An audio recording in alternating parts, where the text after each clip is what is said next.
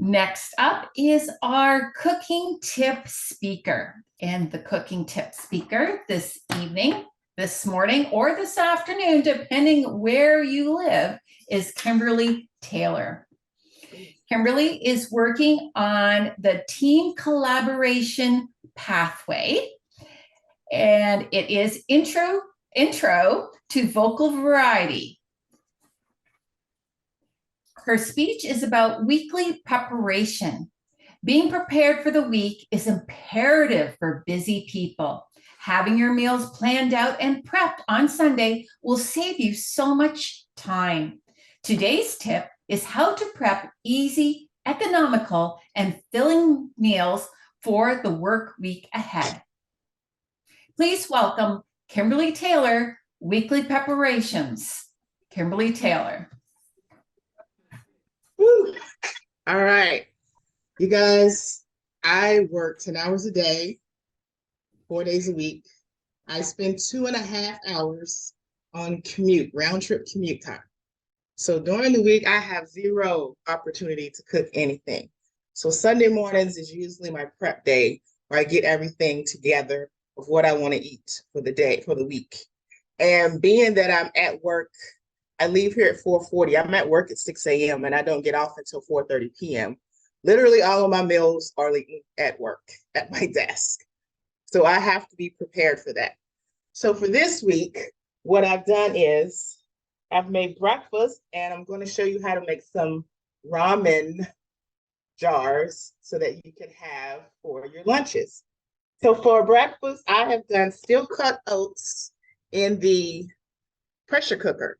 I do steel cut oats, and then I just put some cut up apples and brown sugar in here, and I can take this to work and heat it up for my breakfast.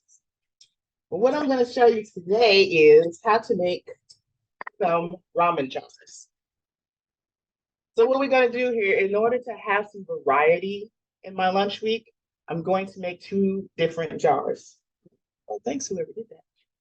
My first jar is going to be sort of a shio ramen. It's just a light broth, and I'm going to use this yellow miso, and I'm going to use a lot because I really like it. So what I'm going to do is just put the yellow miso in the bottom. What I'm also going to do is cut in some organic roasted seaweed, okay? This has already been toasted, and all I'm going to do is just cut it up a little bit to put it in my jar to make it more manageable. Well, that's enough. And what I have here is some, if you can see, cut up bell peppers that I'm going to put in here. I have a little bit of broccoli that I have steamed. I like mine in big chunks. And I just got some cooked mushrooms here that I'm going to add to my jars. Just a little bit. Now this is going to be my shrimp one, and I have actually poached these shrimp already.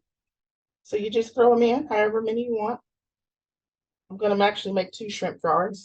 I've got some scallions here, handful of scallions, and also cilantro. Because, you know, life isn't worth living if you don't like cilantro. Sorry to those who don't like it. Now, the other thing I'm going to add are the noodles. And these are rice noodles, vermicelli noodles. And I'm just going to cut up a handful to put in. This. Like so. So this is what the jar looks like. You can see that.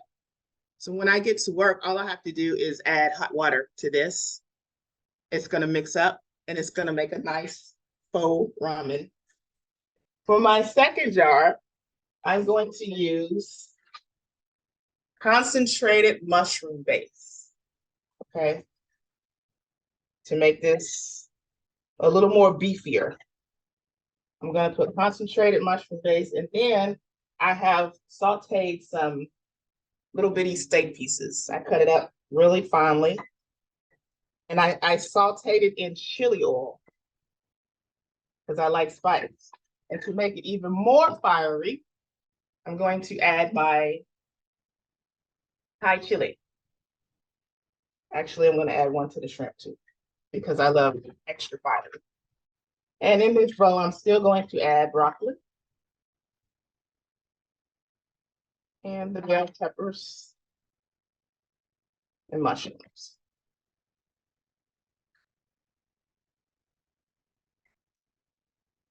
I'm not going to put the seaweed in here. For the noodles. You got to chop these up so they fit in the jar. But what I want to show you with this one, this is going to be more like a pho, an imitation pho. And what I have done is created a pho broth. You can see that. And what I'm going to do with this is heat it up in the morning, put it in my thermos, and I can carry this to work separately, and it will be hot when I add it to this jar.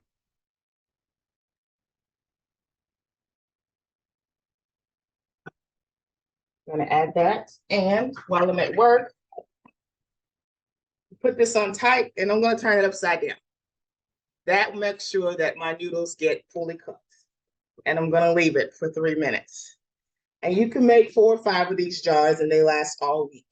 You can also do it if you want to, if you love salad, you can also make salad jars. I've done that, and they last for 4 or 5 days. So that is my quick tip to be prepared for the week, so that if you don't have time to cook every day, this is something you can do. And I return control to the head chef. Thank you, Kimberlee. That just went too fast for me. I just wanted more and more information. There's going to have to be a part 2 for this. Not only did the food look beautiful, delicious, but I love the colors. The colors were spectacular. Thank you so much, Kimberlee. Wow, that's incredible. I hope we can use this recording and put it somewhere so we can look back at this, because I'd like to try everything that you shared today.